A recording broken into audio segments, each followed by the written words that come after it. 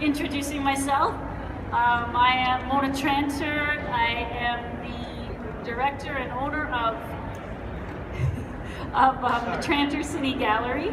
I'd like to thank the ICFF. This has been a wonderful show, and it's the first time that they here in Miami have a gallery section. And if I see a lot of you here from earlier today or yesterday that have already been to the gallery section. So I invite you, if you have not been there yet, to definitely head over there and take a look, because it is really, I'm here to talk about sort of investing in art, the art market, how art and design work together.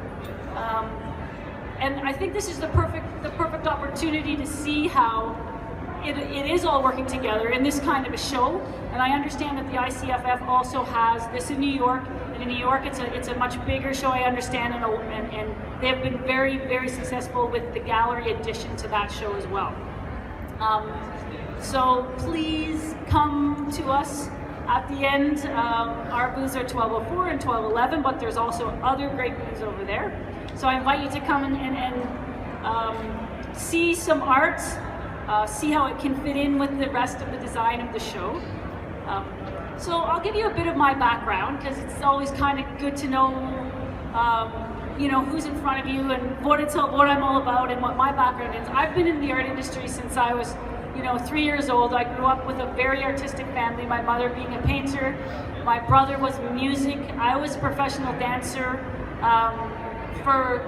Beginning at 12, I was, doing Broadway shows and doing a lot of film and television.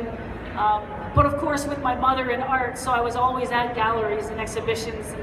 And as you get to be a little bit older in the dance industry, it starts to get harder and harder to kick to your head every day, and it hurts a lot more, because my mom said, when you're 40, it's gonna hurt. And let me tell you, I didn't believe her, but it's true. And I said, no, I'm gonna be able to do this forever. I'm gonna put my stomach to the ground, and I still make myself do that every day, but it hurts a lot more. So it was just natural for me to sort of get to start into this art industry. And with my experience as a dancer and choreographer and director, I had worked on both sides of the dance as an artist and the behind the scenes of the artist. So to be a gallerist and an art consultant and art advisor, it all just makes sense. And I started out in this industry as an art consultant and art advisor before I even had a gallery. I grew up in Canada. The first business that I opened with my husband was called the Fine Art Experience, which is essentially just a brokerage business, an art dealer. And we just had a lot of clients. My husband deals in classic and exotic cars. So he had a lot of clients that were coming to me asking about the art industry and, who should I invest in now? And I have a beautiful space. So I was going into a lot of collectors' homes and looking at their space and just telling them what I thought from my experience. And, I only speak from my experience. My experience is dealing with the gallerists, the curators, the artists, and kind of every spectrum in the art industry. That's my experience, and that's what I speak from. And of course, that's all I can speak to. But art has been my passion. I love everything about the art industry. I love to be here to see how art has evolved. What we're doing is exceptional. We have Rafael Barrios, who is a master here. He's a US artist with Venezuelan parents. He'll be speaking a little bit later. But we're so lucky to sort of have that mix, and that, to walk from one end of the room and see these beautiful mahogany tables, to walk and see exceptional sculptures, then to go and see these incredible designs in furniture and wall coverings. So this is a fantastic show. I'm going to swing it into kind of what I do a lot of, which is the art market. I'm going to talk about the art market, sort of what's happening, what's been happening, what's happening now, and where it's going to, and then we're going to get back a little bit more to sort of the art and design and how they mix together. So, the art industry sort of, it's been around forever. People have been creating on walls forever. It's always been an expression. But when we kind of look at the art market, we look at when it sort of put itself on the map, we would probably look at, you know, the early 1990s.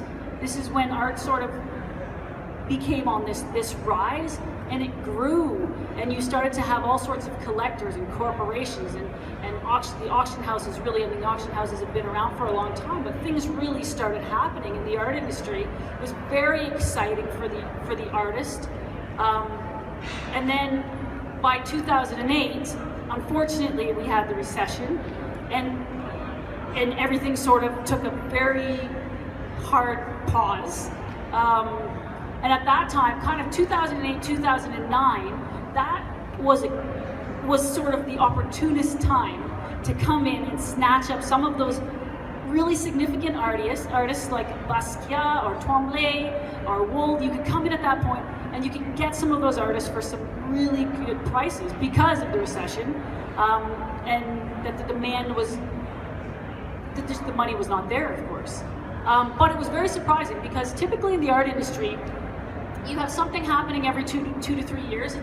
They say it takes a little bit of a pause, but in 2010, all of a sudden, it was on the rise, and it was faster, and it was stronger, and you had more players, and by more players, you had more artists, you had more collectors, and the collectors were from all over.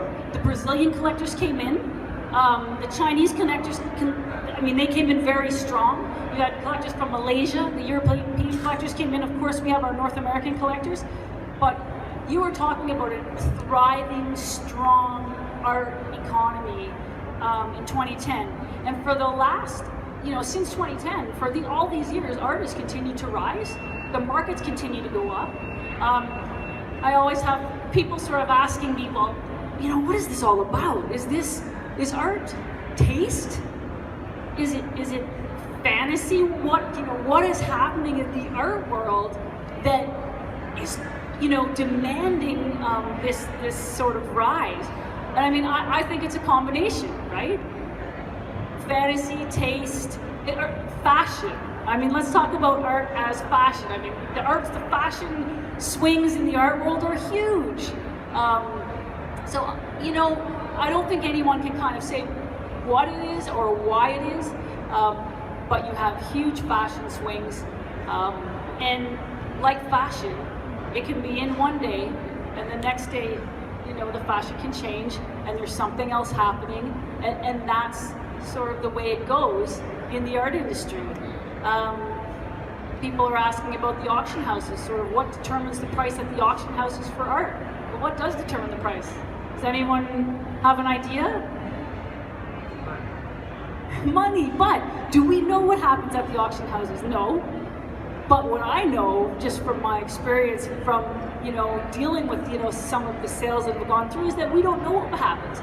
If there's a Basquiat that sells for $56 million, that's what we see.